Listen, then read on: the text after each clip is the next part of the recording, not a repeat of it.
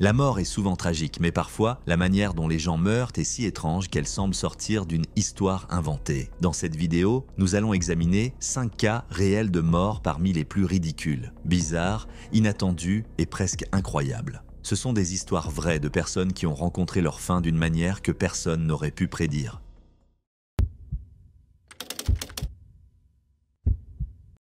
C'était en février 2025 à Planalto, au Brésil. Davi Nunes Moreira, âgé de 14 ans, était un adolescent typique, curieux, aventureux et fasciné par le monde en ligne.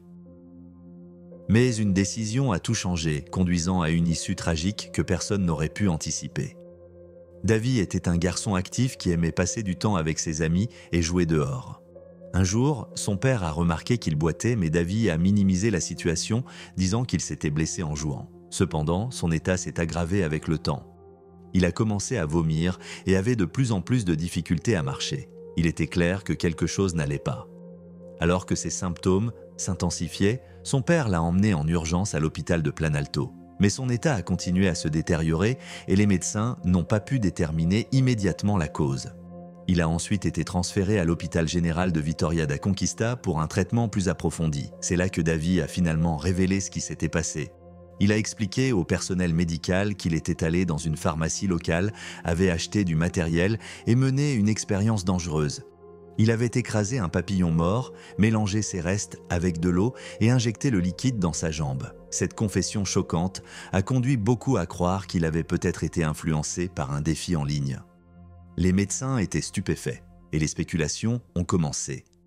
Certains experts pensaient que les toxines du papillon auraient pu pénétrer dans son sang, tandis que d'autres suspectaient une embolie causée par de l'air dans la seringue. Il y avait aussi la possibilité d'une réaction allergique ou d'une infection grave. Mais alors que l'état de Davi se détériorait, la cause exacte restait incertaine. En attendant des nouvelles à la maison, le père de Davi a fait une découverte troublante. Sous l'oreiller de son fils, il a trouvé la seringue utilisée pour l'expérience. Cette pièce, à conviction cruciale, a ensuite été examinée par les autorités dans le cadre de l'enquête officielle. Malgré les soins médicaux, l'état de Davi a continué à se dégrader. Les médecins ont tout fait pour le sauver, mais son corps n'a pas pu se rétablir. Après 7 jours de lutte, il est décédé. Les autorités enquêtent toujours sur la cause exacte de sa mort. Les possibilités incluent une embolie, une infection ou une réaction grave au reste du papillon. Certains experts pensent que les toxines de certains papillons, comme le papillon monarque, auraient pu contribuer à la tragédie. Bien que ces toxines ne soient généralement pas nocives en petite quantité, les injecter directement dans le corps aurait pu avoir des conséquences inattendues et graves. L'histoire de Davi s'est rapidement répandue en ligne, suscitant des discussions sur les dangers des tendances virales. Beaucoup ont exprimé leur incrédulité, certains blâmant la culture Internet pour la promotion de défis risqués. Tandis que d'autres y voyaient un cas tragique de curiosité juvénile mal orientée. Une personne a commenté « Pourquoi les enfants font-ils des choses aussi dangereuses ?» Une autre a écrit « Il n'était qu'un enfant. Il ne pense pas aux conséquences, seulement à l'instant présent. » Cependant, avant sa mort, Davi a nié avoir participé à une tendance en ligne. Il a insisté sur le fait que ses actions n'avaient pas été influencées par les réseaux sociaux, laissant beaucoup se demander s'il s'agissait simplement d'une expérience personnelle qui a mal tourné. Sa mort n'est pas le premier cas de jeunes blessés à cause d'expériences risquées ou de défis Internet.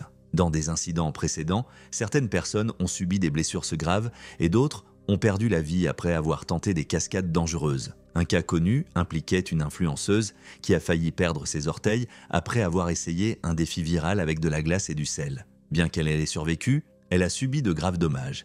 Les experts ont mis en garde contre les risques de manipuler certains insectes et substances sans comprendre leurs effets. Le professeur Marcelo Duarte, spécialiste des papillons, a expliqué que bien que les fluides des papillons ne soient pas bien étudiés pour leurs effets sur les humains, ils pourraient tout de même présenter des risques sérieux, surtout lorsqu'ils sont introduits directement dans le sang. Le cas de Davi soulève de nombreuses questions sans réponse. A-t-il vraiment été influencé par un défi en ligne ou s'agissait-il d'une expérience innocente qui a mal tourné? Une intervention médicale plus précoce aurait-elle pu le sauver? Et comment les parents et les éducateurs peuvent-ils mieux informer les jeunes sur les risques de telles actions? Les autorités attendent toujours les résultats de l'autopsie qui pourraient apporter plus de clarté. Mais quels que soient les résultats, la mort de Davi est un rappel déchirant de la manière dont un moment de curiosité peut conduire à des conséquences irréversibles. Sa famille et ses amis sont laissés dans le deuil tandis que l'enquête se poursuit. La tragédie de Davi Nunes Moreira est un exemple douloureux de la dangerosité d'expériences en apparence anodines. Son histoire devrait servir de leçon, incitant les jeunes à réfléchir à 2 fois avant de tenter quelque chose de risqué, que ce soit en ligne ou dans la vie réelle.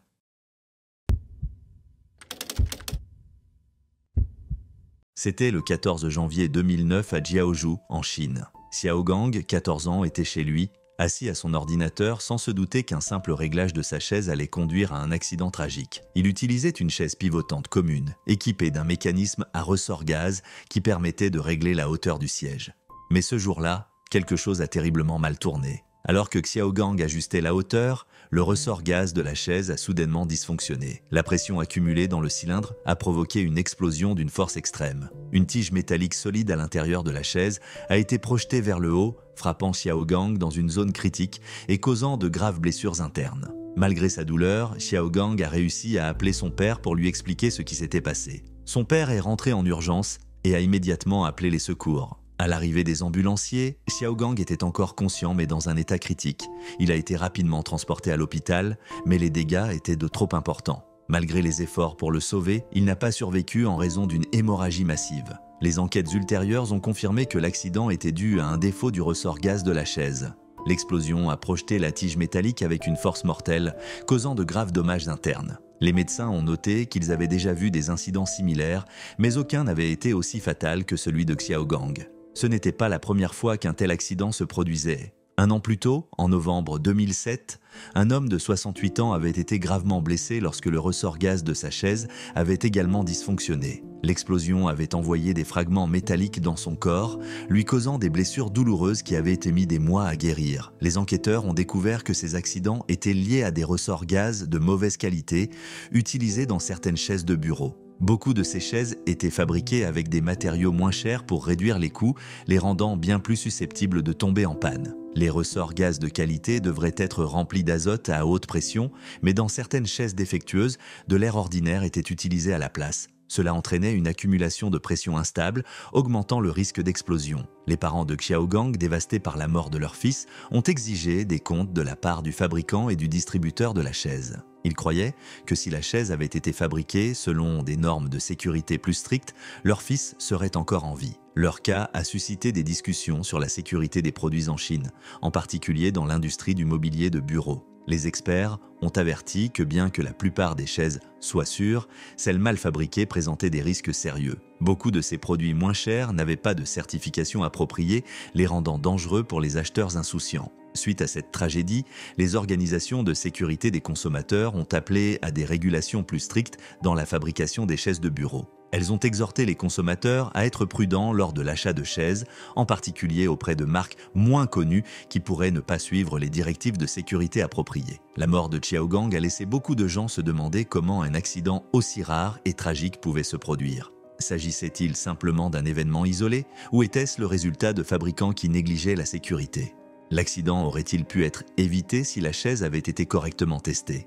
Les produits du quotidien, même quelque chose d'aussi banal qu'une chaise de bureau, peuvent devenir dangereux s'ils ne sont pas fabriqués avec soin. L'histoire de Xiaogang sert de rappel à toujours privilégier la sécurité lors de l'achat de produits que nous utilisons tous les jours.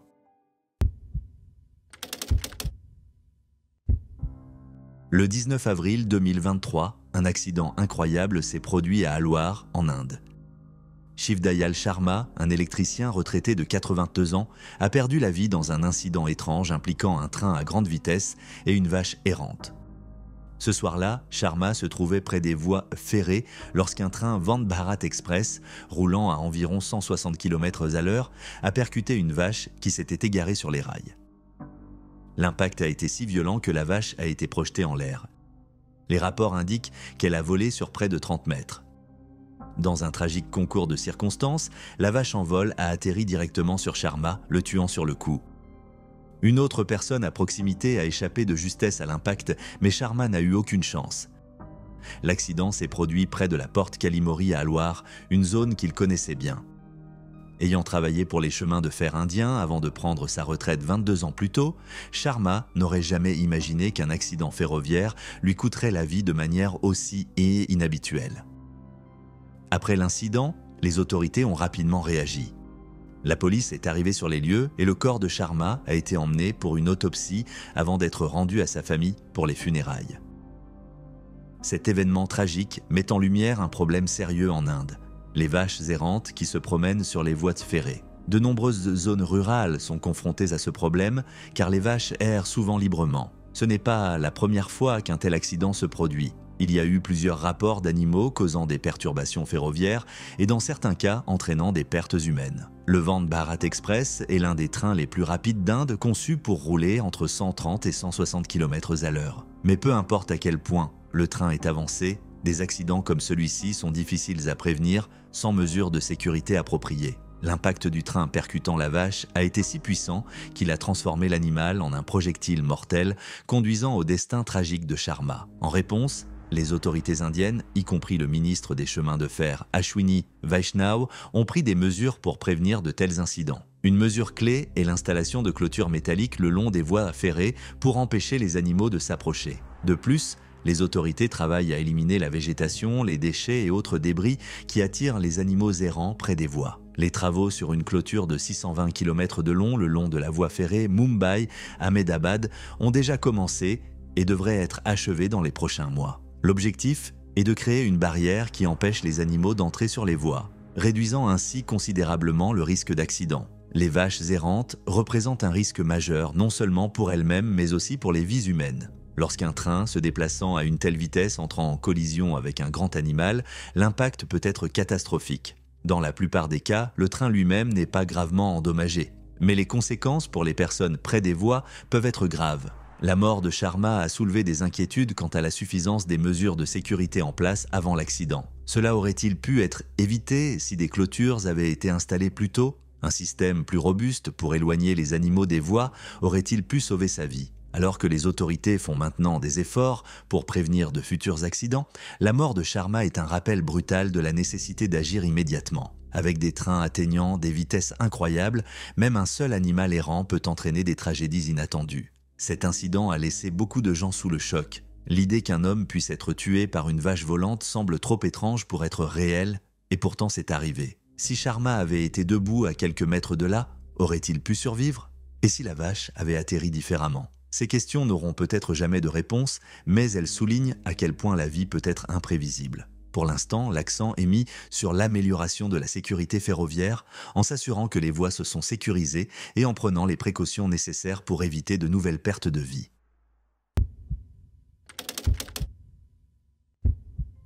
C'était une chaude journée d'été en 2021 lorsqu'un jeune homme de 22 ans, originaire de Chine, a pris une décision qui allait conduire à sa mort prématurée. Il était en bonne santé, sans aucun problème médical connu, mais dans une tentative de se rafraîchir, il a bu 1,5 litre de Coca-Cola en seulement 10 minutes. Ce qui semblait être un choix anodin s'est rapidement transformé en une urgence vitale. 6 heures plus tard, il est arrivé à l'hôpital Chaoyang de Pékin en proie à de vives douleurs. Son estomac était gonflé et il souffrait de violentes douleurs abdominales. Les médecins ont remarqué que son rythme cardiaque était élevé, sa tension artérielle dangereusement basse et qu'il respirait trop vite. Des signes clairs que quelque chose n'allait pas. Mais ce n'est qu'après avoir réalisé un scanner qu'ils ont compris l'ampleur du problème. Le scanner a révélé une quantité inhabituelle et inquiétante de gaz piégé dans ses intestins et dans la veine porte, un vaisseau sanguin majeur qui transporte le sang du système digestif vers le foie. Cette condition rare, connue sous le nom de pneumatose, perturbe la circulation sanguine vers le foie, le privant d'oxygène. Sans un apport suffisant en oxygène, le foie commence à défaillir, une condition appelée ischémie hépatique ou foie de choc.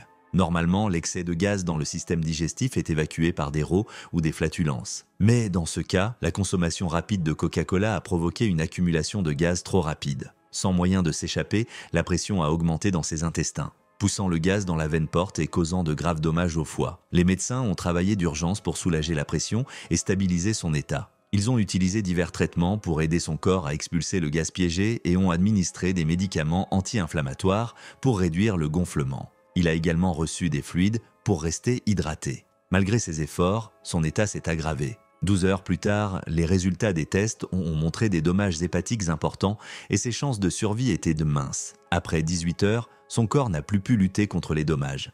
Tragiquement, il est décédé peu après son arrivée à l'hôpital. Ce cas rare a été documenté dans la revue médicale Clinics and Research in Hepatology and Gastroenterology. Les médecins impliqués ont noté que bien que ce type de réaction soit inhabituel, il peut se produire. Boire une grande quantité de boissons gazeuses en peu de temps peut entraîner une accumulation dangereuse de gaz, affectant la circulation sanguine et l'apport en oxygène des organes vitaux. Cependant, tous les experts ne s'accordent pas sur la cause exacte de sa mort. Le professeur Nathan Davies, biochimiste à l'University College London, a remis en question l'idée que la consommation de Coca-Cola seule pouvait entraîner une réaction aussi grave. Il a suggéré qu'il pourrait y avoir eu un problème de santé sous-jacent, comme une infection bactérienne qui aurait contribué à l'accumulation de gaz. Ce type d'infection aurait pu provoquer une production excessive de gaz dans son système digestif, aggravant la situation. En l'absence de problèmes de santé préexistants connus, il reste incertain si le Coca-Cola était la seule cause de sa mort ou s'il y avait un autre facteur en jeu. Des recherches supplémentaires seraient nécessaires pour comprendre pleinement ce qui s'est passé. Cet incident a suscité des discussions sur les dangers de consommer de grandes quantités de boissons gazeuses trop rapidement. Bien que beaucoup de gens boivent des sodas sans risque immédiat pour leur santé, ce cas montre que, dans certaines conditions, cela peut avoir des conséquences inattendues et graves. La mort de ce jeune homme aurait-elle pu être évitée s'il avait consommé la boisson plus lentement? Donner plus de temps à son corps pour traiter la carbonation aurait-il empêché l'accumulation fatale de gaz?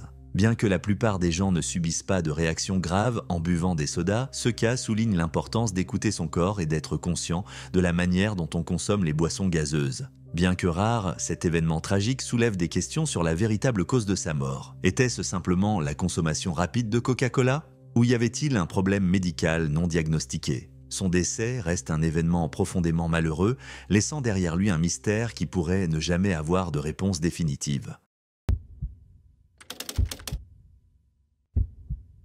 Le soir du 25 avril 2021 à San Diego, en Californie, Taylor Calhoun, une organisatrice d'événements de 29 ans, venait de terminer un dîner en rendez-vous. Elle avait rencontré quelqu'un de nouveau et ils avaient dîné au Basic Bar and Pizza dans le quartier East Village, près du parking Padres Parkade. Portant des restes, elle et son rendez-vous, Alex marchèrent dans la rue discutant et riant. Tout semblait normal. Vers 19h23, alors qu'ils traversaient la rue à l'intersection de la 10e avenue et de la rue J, une tragédie inimaginable s'est produite. Au-dessus d'eux, au 9e étage du parking Padres Parkade, Christian Anders, un jeune homme d'une vingtaine d'années, se tenait au bord. Il luttait contre de graves problèmes de santé mentale et avait contacté sa mère plus tôt dans la journée, exprimant sa détresse. Submergé, il a pris une décision déchirante. Anders est tombé du parking, atterrissant directement sur Taylor. Elle n'a eu aucune chance de réagir, l'impact a été instantané, laissant les témoins sous le choc. Alex, à quelques centimètres, est resté indemne mais n'a rien pu faire alors que Taylor s'effondrait à côté de lui. Les secours sont arrivés rapidement, mais Taylor avait déjà perdu la vie. Anders a été transporté à l'hôpital où il a été déclaré mort plus tard. Tous deux avaient subi des blessures fatales dues à la chute. L'accident tragique a dévasté ceux qui connaissaient Taylor. Elle était à quelques jours de célébrer son 30e anniversaire, une étape qu'elle attendait avec impatience. Elle avait prévu un week-end à Temecula pour une dégustation de vin avec des amis, avec son père, Ken Kal, au volant. Taylor était aimée et respectée dans son domaine. Elle avait travaillé chez McFarlane Promotions pendant près de 10 ans, commençant comme stagiaire avant de devenir gestionnaire d'événements. Son patron, Laurel McFarlane, était très proche d'elle et la considérait comme de la famille. Taylor était fiable, gentille et pleine de vie, a déclaré McFarlane. Elle était vraiment spéciale, elle avait un lien particulièrement fort avec son père, avec qui elle vivait depuis 1 an. Pendant la pandémie, elle s'était occupée de lui alors qu'il traversait des problèmes de santé. Ceux qui les connaissaient parlaient souvent de leur relation étroite. Elle adorait son père et il l'adorait, a déclaré McFarlane. Elle était son monde. Sa mort soudaine a laissé un grand vide dans la vie de ceux qui l'entouraient. Amis, collègues et connaissances ont partagé des souvenirs de sa gentillesse et de son dévouement. Beaucoup ont pris les réseaux sociaux pour exprimer leur chagrin et honorer sa mémoire. Un mémorial a été installé près du lieu de l'accident, avec des fleurs, des bougies et des messages en son honneur. Ses 2 chiens de sauvetage, Roux et Stella, qu'elle avait adoptés avec amour à Tijuana, ont été pris en charge par son père. Taylor avait toujours eu un faible pour les animaux, les emmenant souvent au travail et veillant à ce qu'ils reçoivent les meilleurs soins. Quant à Christian Anders, ses luttes étaient passées inaperçues pour beaucoup. Il avait contacté sa mère plus tôt dans la journée, mais personne n'aurait pu prédire ce qui allait se passer. Ces combats intérieurs ont finalement conduit à un résultat dévastateur qui a non seulement coûté sa propre vie, mais aussi celle de Taylor. L'incident a laissé les proches de Taylor avec des questions douloureuses. Quelque chose aurait-il pu être fait pour aider Anders avant qu'il ne soit trop tard? Et si Taylor avait pris un autre chemin ce soir-là? Serait-elle encore là? Bien que ces questions n'aient peut-être jamais de réponse, la vie de Taylor a eu un impact durable. Elle était une fille, une amie, une professionnelle et une personne compatissante qui a touché de nombreuses vies. Bien que son temps ait été écourté, elle est restée dans les mémoires pour sa gentillesse, son amour et la chaleur qu'elle partageait avec tous ceux qui l'entouraient. Son héritage vit dans le cœur de ceux qui l'ont connue, un rappel de chérir chaque moment et les personnes que nous aimons.